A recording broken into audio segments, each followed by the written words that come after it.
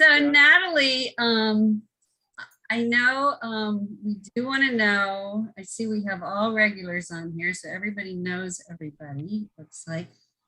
But if you don't, I'm Cheryl Coleman. I'm the host tonight with Paula Hazard, and hi everybody. Real estate, and Paula handles the money, and together we make everybody happy and wealthy and wiser.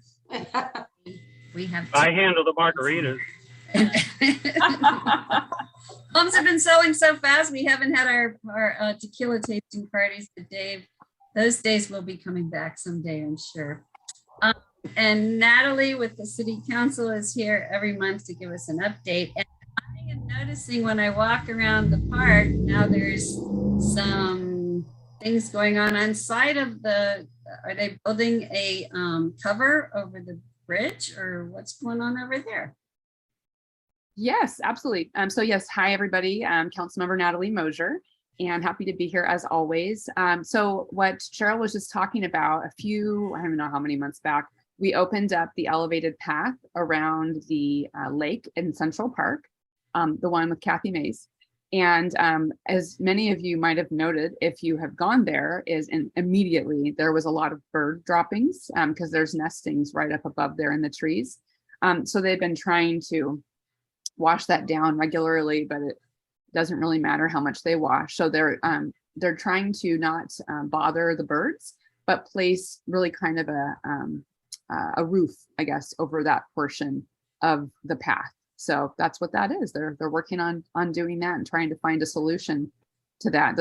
That's one of those things that, I don't think they thought about at first, and it was immediately a problem. So they're finding an immediate solution. So that's exciting. Yeah. That's great. Natalie, The birds are there all year.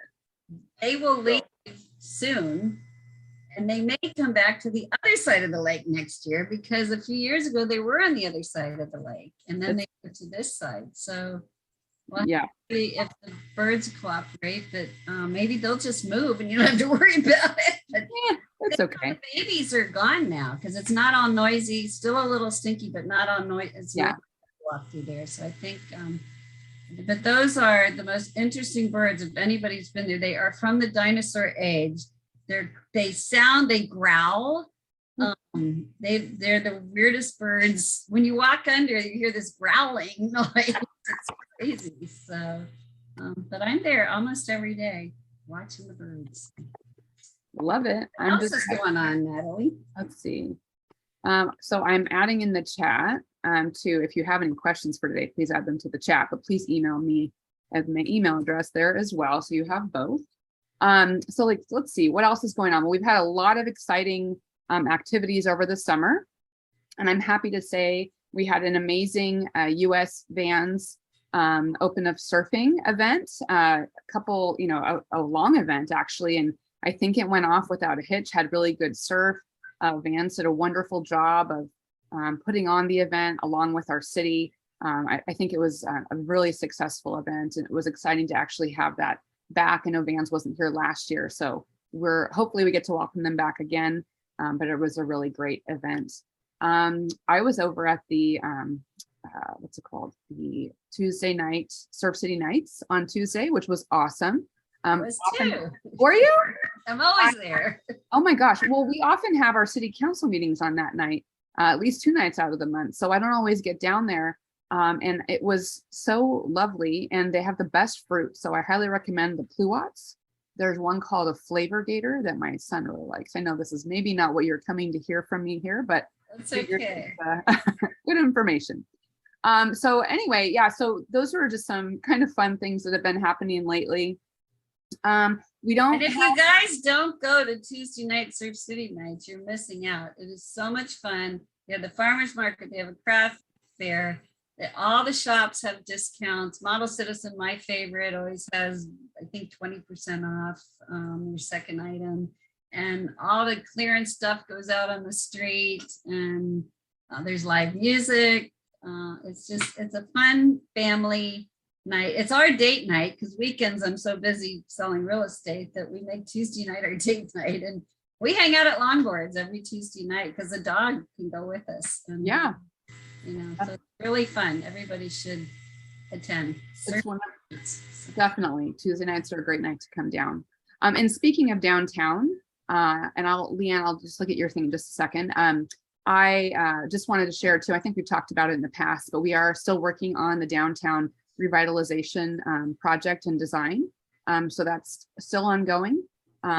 Looking at, as you know, during the pandemic or the start of the pandemic, we allowed the restaurants primarily and also retail shops as well to utilize the outdoor spaces and close down the second block to allow walking and everything in that location. So that is continuing right now. And we are looking at, for the longer term, because it's not always the most sightly, we're looking at making, permanent changes and plans in the long run.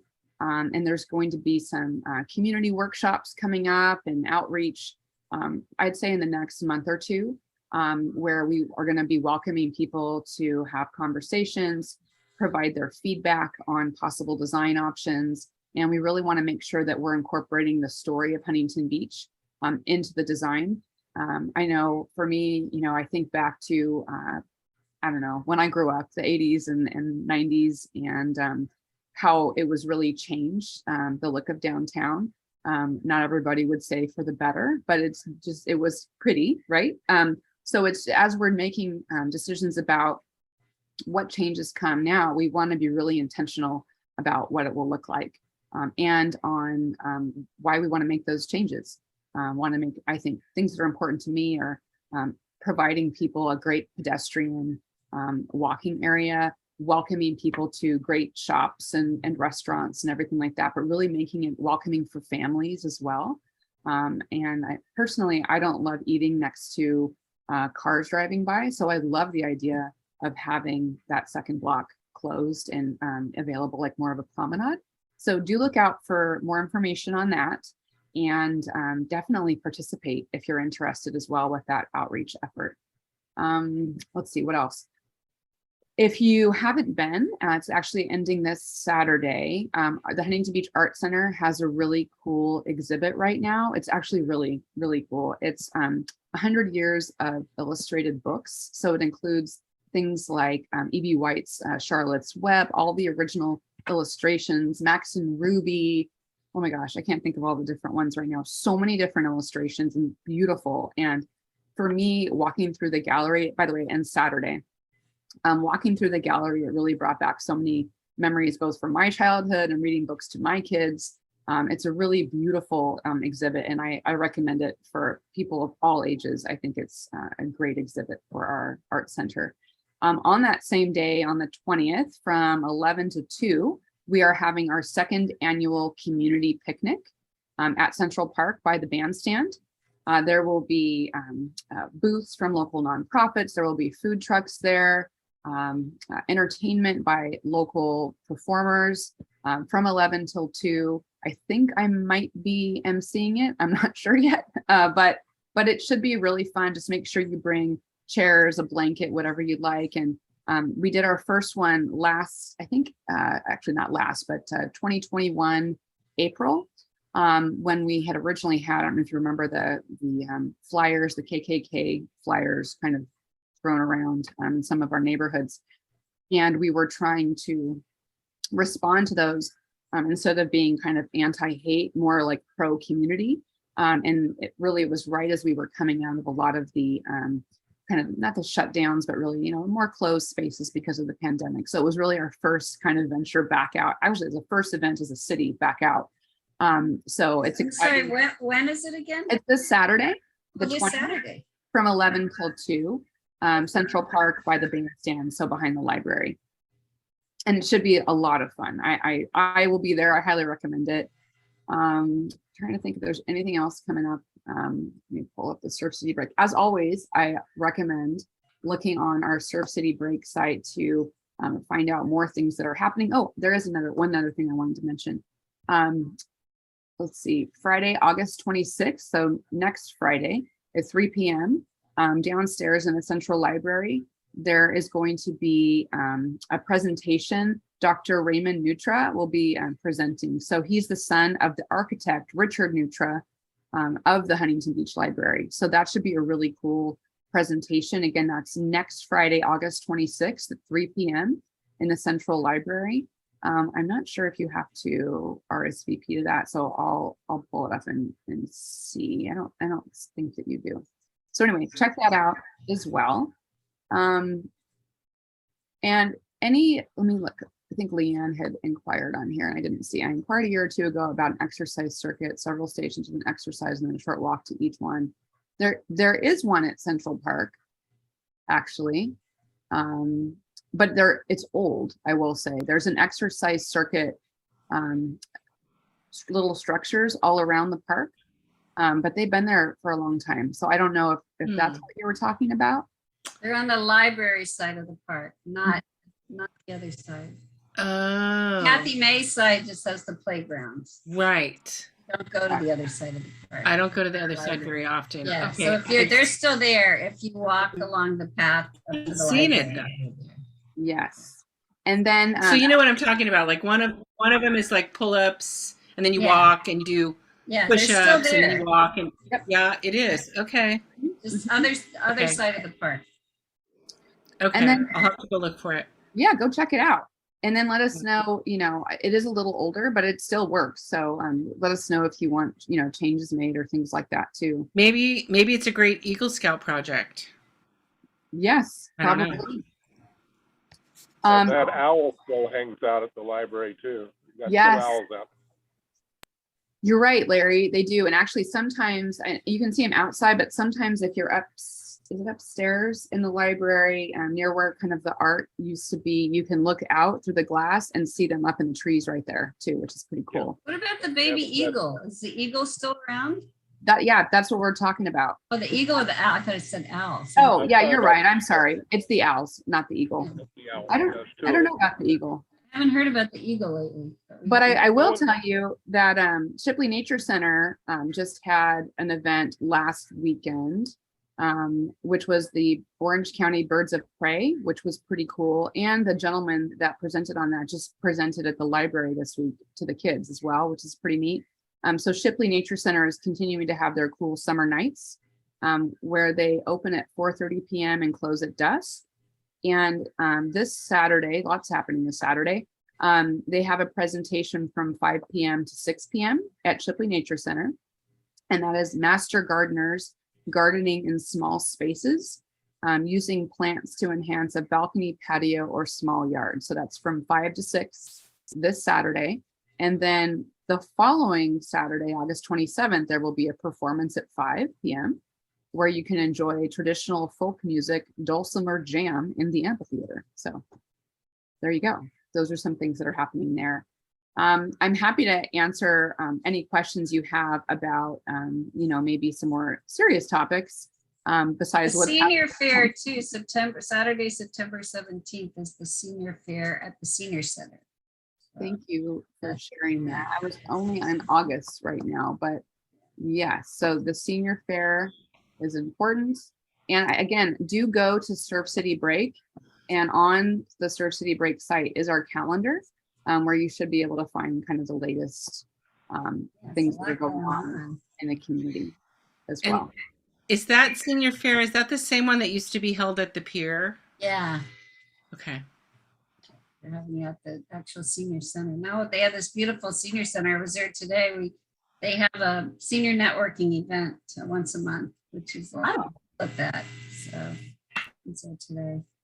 Let's see, there's Civil War Days on September 3rd. Ooh, the war days are back. Those guns are so loud. We hear them. No, it is a little bit crazy. I'm just outside of the harbor and I can hear them all the way over here. Yeah. Oh my gosh. Yeah. I mean, it's not scary, but I hear them. I know what it is, Yeah, absolutely. Yeah, it's nice to know what it is too. Yeah. Another thing that's coming up on September 11th is the annual Blessing of the Waves at Pier Plaza. Yeah. So that's always a great event. And I believe that they're going to do a paddle out afterwards. So if you do come, if you surf, you can do the paddle out at the end of that. I'm looking forward to that. It's a great event every year. Yeah, I mean, other than that, I mean, I could talk again for a long time on many issues, homelessness, short-term rentals, whatever. If you guys have any specific questions, I'm happy to answer them. I mean, I'm getting a lot of questions on the short-term rentals because sure, apparently, like Garden Grove has gotten really strict, and they won't even let you rent rooms out. And these poor seniors who they're surviving.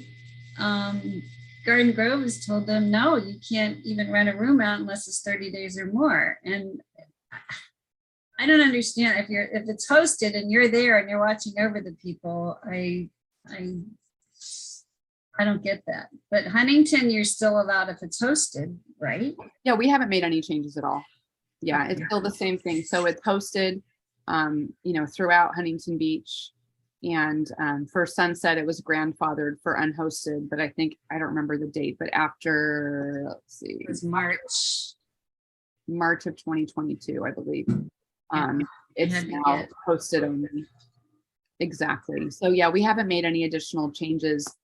What I will do though, is I can put, because you can read, basically if I were to talk to you about this right now, for the most part, it would be me reading from our FAQ page, because I don't want to give you bad information. I'm putting our city's short-term rental website in the chat.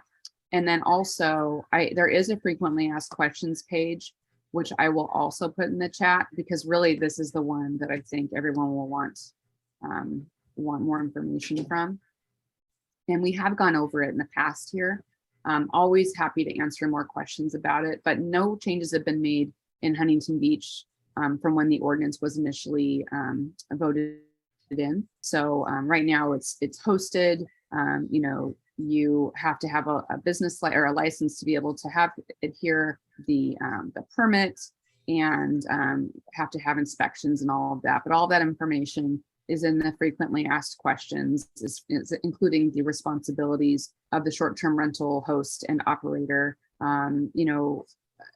I think everything is going well. I know that at the last council meeting, we did have a consent calendar item, which just gave a little bit of an update from our planning and economic development department on that. No real big surprises. I think that the revenue from the permits was higher than anticipated. Short-term rentals do pay into our transit occupancy tax as well, which is a positive, since that's what the hotels do. So that's something that will help our city and make sure that we're able to make sure we have all the right infrastructure to support our guests that are in town as well. So they're looking at it more of a good thing now. I think it's a mix. Originally, it got a lot of bad press, and then the hotels didn't want it because they're competing with hotels, and the neighbors didn't want it. And I'm like, it really helps our home values when you can, especially in Sunset Beach, because Sunset Beach originally was a vacation town. I think that it's mixed. I think that depending upon where you live, who you are, what your objective is, it's mixed. If you want to have a short-term rental, then you probably want one that's unhosted potentially. So that's one interest, or not. Maybe you have a hosted one. I think part of the challenge with short-term rentals, depending upon the location, is from an affordability standpoint, is the concern of a lack of housing supply. Now, you could say, well, how much of that are you going to have right along the coast? So things that have been discussed in the past are creating certain zones for short-term rentals as well. Like maybe you wouldn't allow that, more inland, where maybe you want more housing supply. This is not part of our current ordinance at all, but those are some things that have been discussed. So as far as it, because Newport Beach is allowing it now on the coast. So kind of makes sense. I mean, the values really do go up when they do that, but you're right. Then you're back to the affordability of homes, because so many people are buying them up as investment properties and make a bunch of money. Yeah. So it's a conundrum, especially when we do have a shortage of housing supply. So again, it'll help certain people and not others. So it's how do we find that balance? And that's what we're seeking to do. And I think we're doing a decent job of it. And that was part of the objective, I'd say, of keeping it as hosted. because, the person that, well, not necessarily the owner, but generally the owner will be the property host that's there. So it's less likely to have people coming in and just buying something and not living there, from out of town. So, yeah. Wild parties, if it's hosted, then they can cut that down. Right. And we do, the fees do pay for enforcement as well. And so that way somebody has to be available within an hour to come check on a complaint or a concern, or else they'll get fined too. So that way, hopefully it'll keep people in line as far as no loud parties and things like that. I will say earlier in the month, we were getting some emails about Swimply, which is the swim pool or the swimming pool. It's kind of like a rental service, which we don't currently allow in the city. So there were some happy people that when we stopped that, and then some unhappy people who were renting out their pool. So renting out their pool. Their pool. Mm-hmm. Oh, it's not looked at the same way as a short-term rental. We weren't sure at first, like what are the laws around this, but yeah, wow. Okay. So I've heard of that. It's really unique, and I see both sides of it. But Cheryl, I wanted to mention, I think it's really interesting that you pointed out that Garden Grove is really, they're taking a stand on what they want to do, right? They also have, and I hear this from a contractor friend, 700 ADUs going in right now. So I'm just going to. But they can't rent them out for short-term rentals. I don't know. According to Garden Grove, I mean, right? Yeah. Garden Grove. I'm very curious about this because there are 2 seniors who really need the money, who are renting out rooms in their home where they live, right? By the week, and Garden Grove said you were not allowed to do that. I think it's important though to remember that short-term rentals aren't the only rentals, right? So the longer-term rentals, if they're having a challenge, I think, and I'm not sure, I don't know Garden Grove all of that well as far as their data, but I know they're having, I've heard that they were having some challenges with more challenges with homelessness and increase of that. And so I would imagine that with that is a desire to have more longer-term housing rentals versus the supply being taken by short-term. That's my guess, even for room rentals. And people can still do a long-term rental. It's not the same income as it would be short-term. I understand that too. Right. But again, I think they're probably trying to balance that. This one woman, she's like 92 and just smart as a whip and renting out her rooms by the day. That's funny. And she got shut down. I'm like, oh my God. That's funny. That's funny. Yeah. Do they have to invite you to dinner when the renter uses it? That's my objection. Bed and breakfast. I don't want to share a bedroom with some stranger. Yeah. I don't know. Well, does anybody have any questions? Any questions for me on anything? Homelessness, sustainability. I was at the ribbon cutting ceremony at the beach. Oh, for the Bluff-Top Park? No, for the is that what you? Yeah, the pathway. Yeah. Yeah. What did you think? It's you mean the path or the ceremony? Not the ceremony. I was not there for that. I don't know. The path is nice. It's not. The path is very nice. The only issue is, they chose to put all that landscaping in during one of the hottest, driest periods of the year. And it's a lot of irrigation, and a lot of those plants are struggling in the grass, It was supposed to have been completed by the end of May. So just as an aside, there were a number of issues that elongated the actual planting. So it was supposed to have been done prior to the drought being, announced officially. And all of the rules that go along with that, and also not in the hottest season, that part of the year. So that's a really good point. One question that's come up a number of times with regards to the grass area there is why plant grass again, when we're in a drought. And I had a conversation with our Public Works Director, Sean Crumby, about that. And it was good for me to hear from him that they tried to look at a number of different substrates or vegetation options right there. But really in the end, because it's such a highly trafficked area, grass is really kind of the best turf that they determined, at least, to put in right there. And especially when people do use it for picnicking sometimes and things like that too. But a lot of people, including myself, shared that concern, but it was something that was thought through. And actually in our environmental and sustainability board meeting last Wednesday, we were talking about grass being planted places, and it's interesting, right? You have the water issue with it. It uses a lot of water, but it also, for one of the professors who's on our board, he talked about how it also acts as a great filter, especially in that location.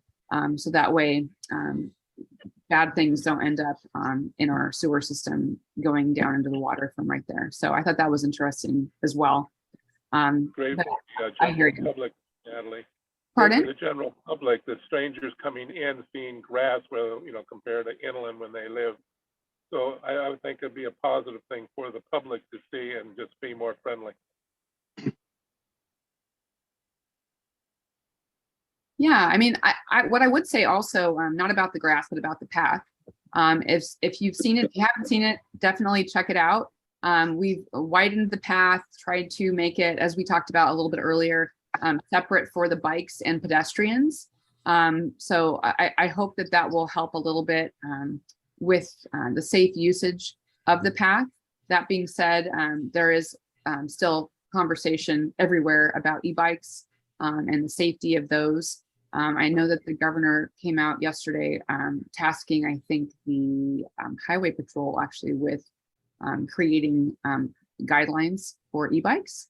And I can tell you that with our mobility study in the city, we are looking at everything to make sure that we can provide education, enforcement, and just guidance to people on bikes and e-bikes, because it's not just e-bikes that have been a problem. A lot of people are just not kind of following the rules in general. So we just want to make sure people are safe. And I know a lot of people have been on the paths who are not on an e-bike and don't necessarily feel safe with people driving by so quickly. So we're working on all of those things.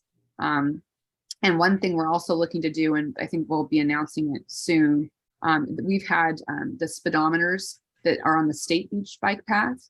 We're looking to have some of those along our path just to kind of remind people how fast they're going.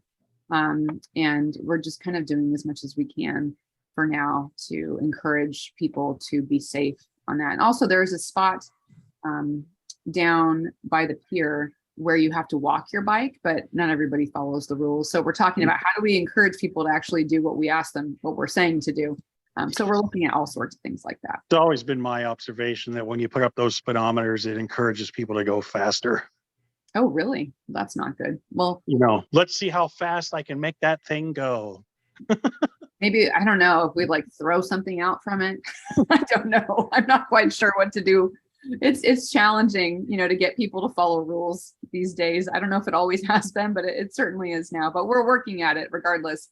And we're also working on creating more safe bike infrastructure around town. So do look out for a lot more of that coming soon. Down Delaware, we have it. We're looking at creating a better kind of bike boulevards down Golden West, hopefully in the near future down Springdale, and then also looking to connect those across the city. As we just kind of keep creating these areas that are safer, that are, I think we have class 2 right now, but we're looking to get class 4 bike lanes around the city. So, some of those will have the vertical barriers to really try to make people be safer, feel safer, and encourage more of active transportation around town.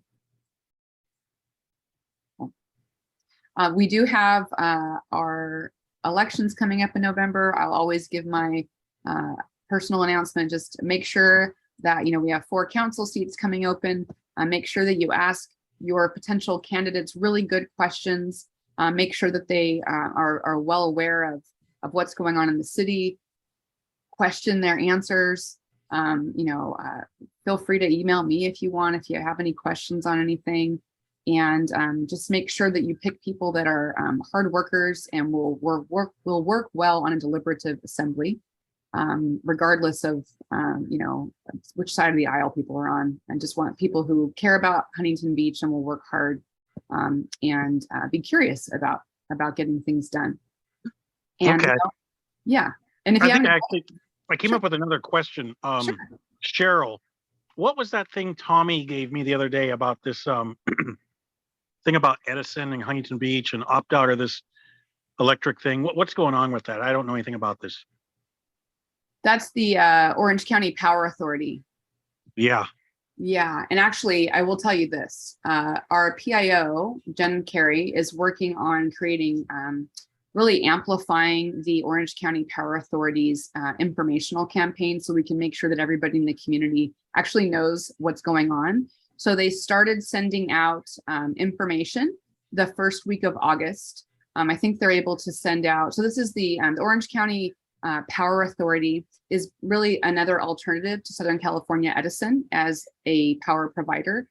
You will be, this is not necessarily the case, but for the most part, opted in unless you choose to opt out. So you'd have to make that effort to opt out of it and to stay with Southern California Edison.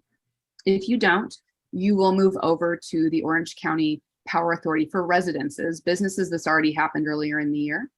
And you will be opted in at 100%. And I don't have their website up right now in front of me. And there's a couple different options at different levels. And when I say 100%, that's 100% renewables. There's sometimes that people will say, I've gotten this question, well, isn't it all the same energy mix that we're all receiving? What do you mean 100% renewables? And in our conversations, it's really an investment towards in more renewables. So it's how they purchase the power on the market, which then will encourage energy creators to invest more in wind, in solar, and all of those things. So it's a way to kind of move that. And also there's presently really a monopoly on power with Edison. So this is providing more choice. And also because it's a local utility, it will be providing monies that are earned through that back into local investments in small businesses and different things. And I'll find the website so that way you can find more specific information. You'd have to opt out or not. Let's see. Okay, but are they going to be doing this energy speculation thing and everything like all those people in Texas? And then No. I'm going to get a $40,000 power bill? No, you're not. That's not what's going to happen. But it is more expensive. I checked on it. It took me 30 minutes to opt out today because the numbers aren't available.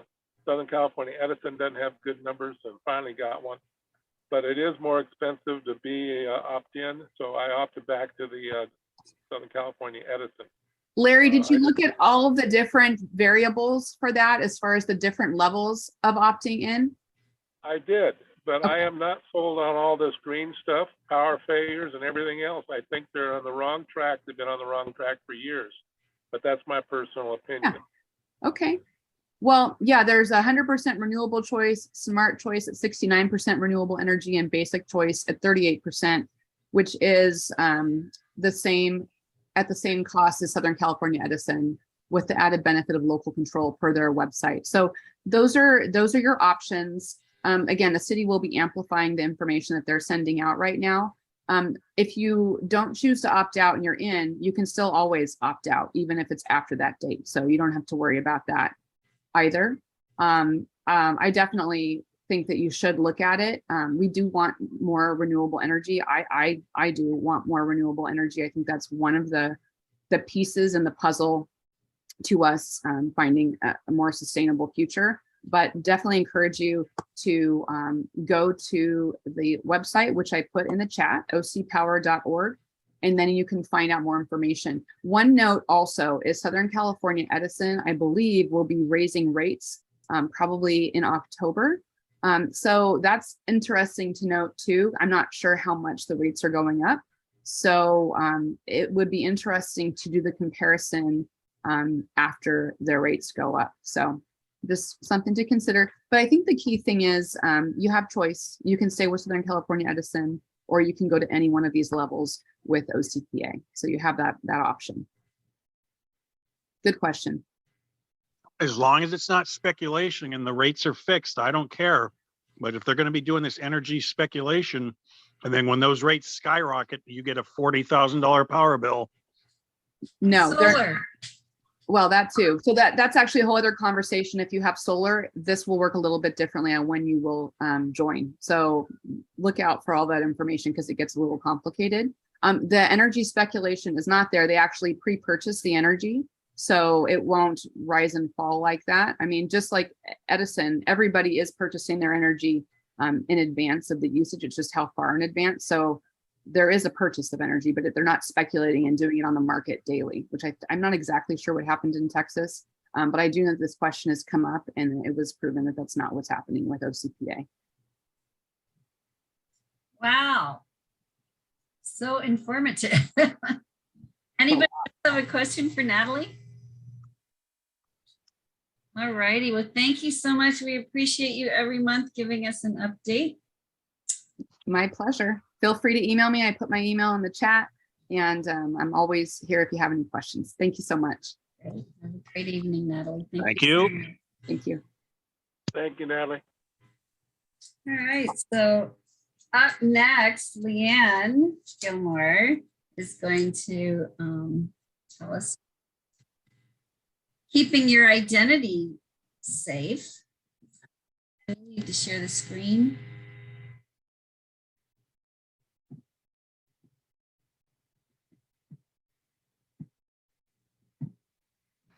It says you disabled screen sharing. I haven't enabled it yet. Okay. But typically I can make you a host. Here we go. So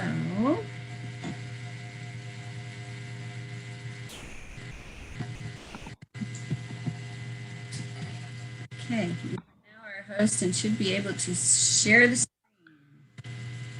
I see that. Thank you. Okay. So let me see if I can do this correctly.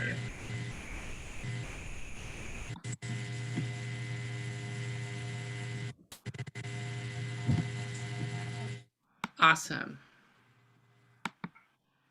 Okay. Can you guys see that? See it. Okay, awesome. So I want to point out to you a couple of things. And I know my time is a little limited now. But right here, if you look, this says reviewjournal.com and November of 2014. Why is that important? Well, one, I'm letting you know that this is not coming from IDShield. This is not coming from my company. And two, this was just 8 short years ago. And we know that things have gotten, I hate to use the word worse, but things have gotten worse. And so I want to share some helpful tips with you guys quickly. But I also want you to be smart about your decisions that you make regarding this. And I'm pretty sure I don't have to share with anybody what identity theft is, right? A few years ago, that might have still been a conversation, but most everyone knows what it is. What they might not know is that there are so many different types of identity theft. It's not just financial. In fact, the financial part of identity theft is about this much, okay? And why is that? Because everybody has a social security number and you only get one. Unless you go into the witness protection program, you have the same social security number forever. Now, some of us who are a little more mature, that was also our student ID in college. It was, I think, probably on our pay stub. I mean, it was crazy where they put this information. So, you know, now things are a little more stringent and people are paying attention to this. And even our company, when you're signing up to enroll to protect yourself with IDShield, You don't have to give us your whole social security number if you don't want to, not until later when you go to protect it. But to enroll, we're just asking for the last 4 numbers so we can keep everybody separate. So you can see, again, I told you the date of 2014. In 2013, there were more than 13 million victims. That's a lot. That's a lot. That's, you know, $12,999 more than we want. So here's one of the things people are saying, and certainly it's a myth, that identity theft is easily resolved. No, it's not. Because it's so complicated and so layered. And I'll just give you a brief rundown. We've got Social Security identity theft, driver license identity theft, medical record identity theft. By the way, when people lost their jobs in 2008, 2009, that went through the roof. I think it put, you know, good people in a bad position. They lost their job, and so guess what else they lost? They lost their benefits, right? So that brought a surge in medical identity theft. There's also another thing called synthetic ID theft, and that's where they take Cheryl's beautiful picture and Paula's social security number, and then they use Jerry's address. How you know, or birth date, or any combination of multiple things, right? It could be more than 3 people. And they make this person, right? How are you going to find that person? How are you going to prosecute that person? And how are you going to stop it? And really, unfortunately, if you're part of that equation, whoever has the social security number, that's probably the person that's going to get nailed, because that's the number that gets used for credit reporting and mortgages and opening credit, right? So that's a problem. It's not easily resolved, just if nothing else for the items that I just mentioned to you. It's horrid. And that's also why our company has married with our legal plan, because we know that if somebody has an identity theft problem, they also have a legal problem. They just don't know it yet, right? Here's another myth. Consumers are protected by zero liability policies. No, they're not. You need to check your bank accounts. You need to stay on top of your finances. In fact, several years ago, probably about 7 or 8 years ago, there was a law put into place that if you didn't report to your bank within a certain amount of time that a certain charge or charges were not yours, too bad. Now they're yours. And, you know, I think, you know, some people have just, you know, trusted the credit card companies or trusted the banks. Not everybody, but they just think, oh, okay, I spent X amount of dollars, and oh, my bill's a little bit different, and they just didn't check into it. That could be sheer laziness. That could be, oh, well, it's okay, I have the money, it's probably fine. Or maybe they're just, you know, they're just not, you know, paying attention when they should be. And so there could be charges slipping through that people aren't aware of. And again, if you look back at them later and it's past that time, the banks will, you know, they'll have no empathy for you at all, and really their hands are tied. It used to be before you could say, oh my gosh, you know, somebody bought 900 TVs in Florida. That wasn't me. But I think what's happened there too is people have found another way, or a way in general, to beat the system, if you will. And some of those purchases were probably real people with their actual card, but they found out that if I called the bank or I called the credit card company and said, hey, that wasn't me, I didn't do that, they would just, you know, take it off, and they could sell 899 of those 900 TVs, right? So they've caught on to them, and, you know, I think they're doing a little more due diligence, finding out, okay, what really happened there? Was the card present? You know, that's why the chips were put in, all of that stuff. But again, I'm, you know, getting into the financial part of it here, and that's really, really not the big problem. there's more, and I don't say this to scare you guys, but certainly there's lots of room for education here. Oh, here's another one, and I hear this a lot. Avoid shopping online is the best protection against identity theft. It's not. Again, it's, you know, the financial part of it. You know, right here it says when you're shopping online or entering sensitive information, it depends on the type of keypad and the PIN number and ATMs, all that, and you can just use different machines altogether. So that's right. There's so many ways to prevent. And by the way, don't be fooled when your bank or your credit card calls and says, "Hey, we have a purchase for 900 TVs in Florida. Was that you?" Don't feel like they're doing you a favor, because by the way, it's not your money they're protecting, it's their money. Because when you tell them, "No, that wasn't me," you're not taking the loss, but the bank is. And now they've had to pay out all that money to the merchant, whoever they are, wherever they are, and maybe they did all the right things, but it still slipped through. And so I feel like that is an added layer of protection. Does it hurt to know that? Does it hurt to get that phone call? Absolutely not. But don't be misinformed and feel like you're safe just because your bank does that. They have a reason, and it's really not you, unfortunately. It's not us.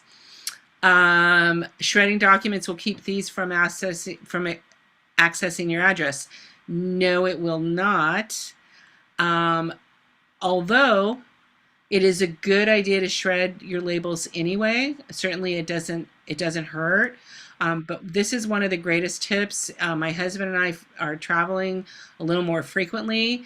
And if we're gone for, you know, more than 2 or 3 days, we put a stop on our mail. We do it the day before we leave. And then our mail person delivers it the day after we get back. And so far, it's been really successful. If anyone's looking at your home and they realize that something's different, or they just know straight up that you're not home, one of the first things they're going to do before they even try to break into your home is they're going to try to break into your mailbox. So I recommend getting a secure one, get a locked one, either with a key or a code. Certainly make sure it's approved by the post office. But I also recommend putting that stop service. It's so convenient because even if you have old school, the hole in the garage, and you have the box underneath there to catch all the mail, it's just such a mess. It comes nice and tidy, wrapped in a rubber band from the post office. So I really love that. Debit cards are safer than credit cards. I think that should have probably been like at the very beginning of this list, because they are not. And you know, people think that as listed here because of the dollar amounts, that one of them is safer than the other. But we're going back to self-control and the budgeting skills I was talking about. Use it as often as possible and pay it off each month. Now, my husband doesn't always agree with me when I say that's what we're doing, and I love it. But he knows, he's smart enough to know that we've been paying it off every month. We use it like a checking account. We don't even write checks anymore. I think one goes to our pool guy. That's it. We pay off our credit cards every single month. Like I said, we use it just like a checking account. And the bonus of all of that is, guess what? We get points. So certain accounts or certain payments I have hooked up to certain cards that I love, and I, you know, do it for a reason. And you know, I have a couple of 2 or 3 cards that we use.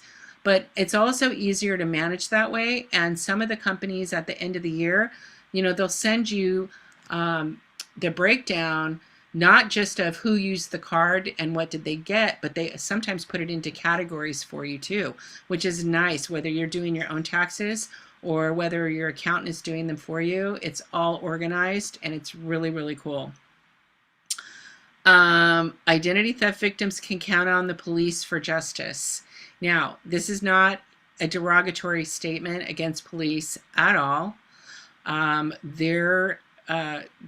divisions that handle these types of crimes, cyber crimes and credit card scams and all that, or any type of identity theft in general, they're working their butts off and they're working hard and they want to stop these things as much as we do.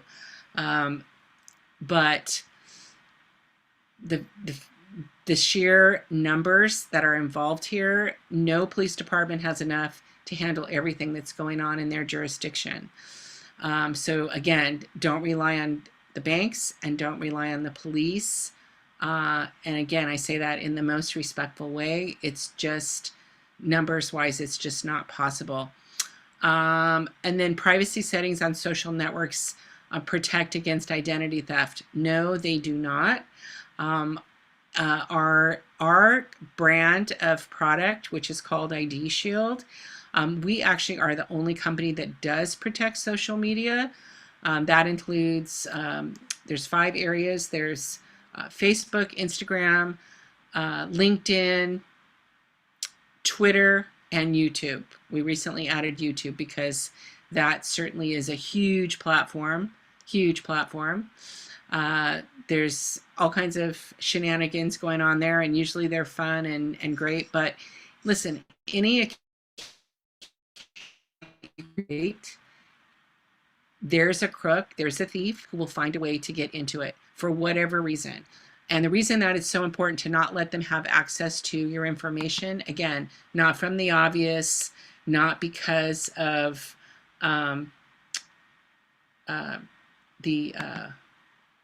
what's the word I'm thinking of? Not because of the obvious, also not because of, oh, did I lose my place? I'll come back to that, sorry. Lost my train of thought there. I have so much information to share with you guys, and I'm really trying to hurry to be respectful of your time, so I apologize. This last one, or the next one, you guys can see this one too, right? Anybody? No, you're not sharing now. This one's not sharing? Okay, hold on. We're seeing you. There we go. There we go. Okay, so this is something that people don't think about, and it's 9 surprising ways identity theft can hurt you. Again, we don't really think of this. It's kind of a in the shadows, behind the scenes kind of crime, and unless it happens to you, again, people are thinking of financial because that's what the banks and the credit cards tell us to worry about. But unless it happens to you, a lot of people are not giving it much thought. And one of the things that can happen, and I'm going to make this as quick as I can. The first one, it says it can hurt your job prospects. If you have an identity theft that involves a crime, I'll give you a perfect example. One of our members had his roommate's brother actually resembled the roommate more than he did the brother.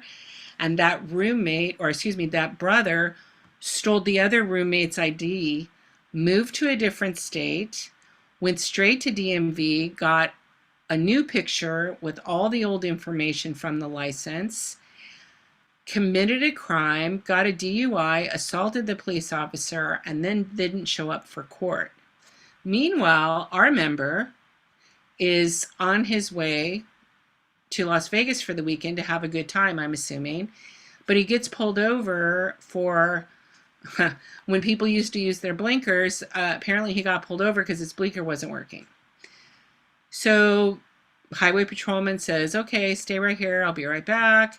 Next thing he knows, there's 2 more units and there's 3 guns pointing at him, telling him to walk backwards towards the sound of his voice.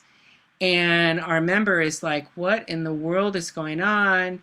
He knows he has access to emergency protection with our plans, but doesn't say anything until he gets back. But because he has our plan and was able to contact not just IDShield, but LegalShield with a 24-hour emergency attorney at no cost to him, by the way. This was a Friday night around 10 o'clock, he didn't have to stay in jail until Monday morning. Our attorney was able to talk with the police officer and act on his behalf to say, hey, we're going to sort it out. Don't worry, this gentleman's not going anywhere.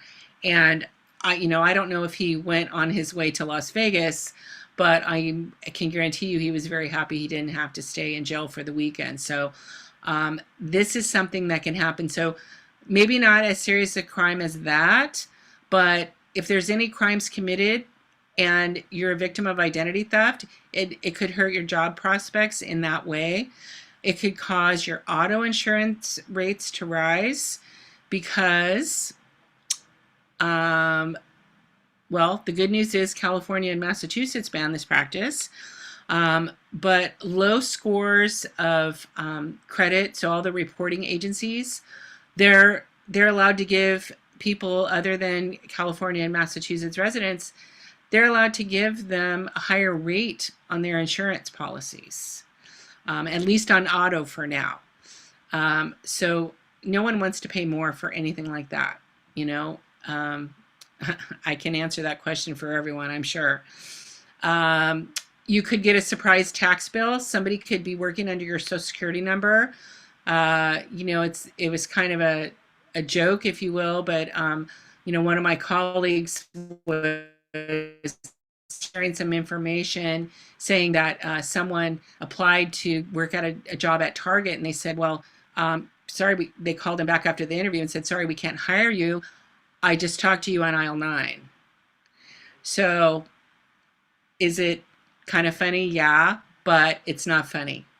One of my colleagues actually got a $10,000 bill from the IRS for, at the time, his 17-year-old son that was a star football player at Villa Park High School. And this gentleman that stole his identity lived in another state, and he said, not only is my son a student, a full-time student in high school, he's never even been to that state. So it's not possible. Finally, they had to end up putting like a red flag on his son's account, because every year this guy would file like a 1099. He used to get 1099s, but he would use the son's Social Security number, and that's why they didn't find out about it till later. So it can impact that. It can impact your Social Security income credits. And, I'll just leave that one there. Slow down your tax refund, especially if they think that you already got a tax refund because someone else is working under your social, right? So that's not a good situation to be in. Leave you with a criminal record, get you arrested. I just gave you an example of that. Kill you virtually. So this lady wanted to open an account and the bank refused, saying that she was dead. So let's say someone has stole all your information, they're you, and maybe they don't survive, right? Then how do you prove that you're you, and how do you prove that you're not you?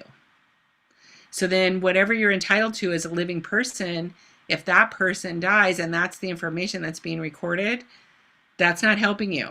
And you're the living one, and then you have a mess. Let's see, get you the wrong treatment at a hospital. Again, medical identity theft is rampant. So many policies have caps on X amount of dollars for different things like serious illness, or how many times have you been hospitalized, or, there's every policy is different, every company is different. Pardon me.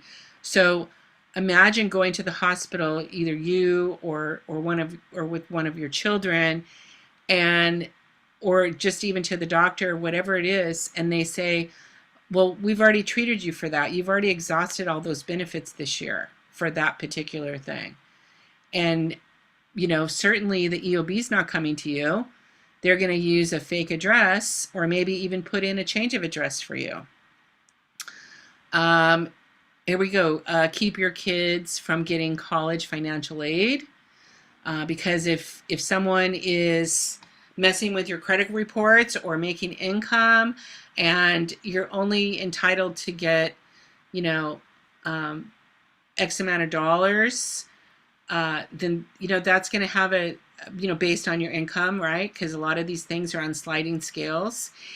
And here we go talking about minor kids. 10-year-old kids have no reason to check their credit. I guarantee you, almost every parent I've come across, they've never ran a credit check on their children. And to be honest with you, I haven't ran a credit check either, but I started protecting my kids against identity theft when they were in elementary school. Now they're full-grown adults, and I know they've done it themselves. And, you know, thinking back on it, I should have done that, even though I had IDShield, just to know, okay, has anybody been snooping around, you know, with and messing with my kid's identity? And here's the thing: when they do this, they don't know that they're attacking a child. They're just buying all this information on the deep dark web and all that stuff. And so they don't really care. They don't really care whose lives they ruin, and you know, all of that craziness that goes on with that. So I know we're way over, and there's so much more I wanted to talk to you guys about, but does anybody have a question about anything?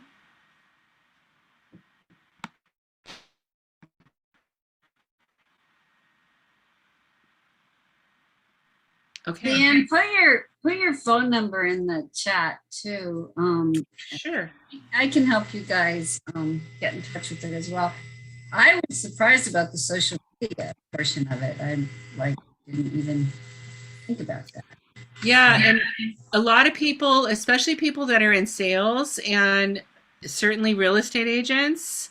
I know some high-profile real estate agents that get hacked all the time, and their clients think it's them. And it's not just a matter of being spoofed and getting the wrong information.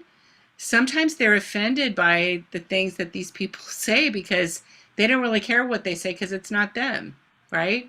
Or they could be taking them into a totally different type of scam based on the trust level and the following that these people have with the real person. Yeah. So social media is really tricky, and I'm super excited that, you know, our company, you know, like I said, not only are we the only one that does it, but they were smart enough to know, and I'm going to put my website in there too, just so you guys know. I don't know if you go on my website, so don't feel like, you know, I'm you know, following your every move. There's nothing on there that you're going to click that I get told about or anything like that, other than if you wanted to enroll and protect yourself or your family. So with that said, the reason I'm pointing that out to you is I want to let you know that the website is a great source of information for you guys to find out your own questions or maybe discover things that you didn't know about at all. And also, if you download the LegalShield app, and the IDShield app, you don't have to be a member to use part of the resources on the app. One of the great things that's on the app is hundreds of forms based on the state that you live in, but there's hundreds of forms available for people to do, you know, a sale or, you know, any kind of transaction or agreement. I think there's even a rental agreement on there. It just makes it really convenient. We want to help people. Our whole goal is to help people worry less and live more. And we know that if you have access to things that are legal and the law and you know, also protecting your identity, those kinds of things, it's going to make life that much easier. Because the difference between us and thieves, well, a couple of things. One, they are on it. This is a job for them. They figure out everything and they just run with it. We don't live that way, so we don't think that way.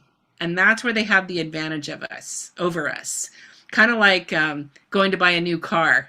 You know, they're really slick and you're like, oh, that sounds good, but I don't know. Well, the difference is It's not that we're not as smart as them. We just don't do it all the time. We don't do it for a living, right? And so that's where the advantage comes in. So having access to that information is powerful too, and I hope it will help you guys. Thank you, Leanne. You're welcome. Always so informative, and you really know your stuff. And I have IDShield and identity theft, and I've used luckily never had to use the identity theft, but the legal shield I use quite often. And it's great just to be able to pick up and ask a lawyer a question, so. Well, what I like about you having our plans, Cheryl, is that you've had the plans longer than I've known you and longer than I've worked with our company. And I appreciate that, because not just because it's job security for my company, right? But it shows that our 50-year-old company, they have people that I run across like Cheryl that have had the plan for 25 years. I'm not slighted by that at all. I'm happy about that, and the only thing I might be slighted about is how come nobody ever told me. Right. And so, but it's so affordable. It's so affordable. It doesn't make sense not to have it. That's what's so. Yeah. I'm sorry I didn't mention that earlier. It's about $1 a day to protect what we charge for IDShield. It's less than $1 a day. And, our competitor, if you will, LifeLock, is a big one out there pushing it. They charge more for one person than we charge for an entire family. So that makes me feel good too. And I know that our service is better, not just because I offer it to people, but because I'm a member too. So thank you. And thanks everybody for joining. These are recorded. If you miss anything or have to sign up early, you can always find them on our YouTube account. The 1031 exchange that a lot of people were at, that is also now on our channel. Takes a couple days after the meeting to get it on there, but everything's there. And next month, everybody gets a free title report to see if they really own their home. Talk about identity theft. Boy, is it easy to take title to somebody else's house. It's ridiculous. Yes.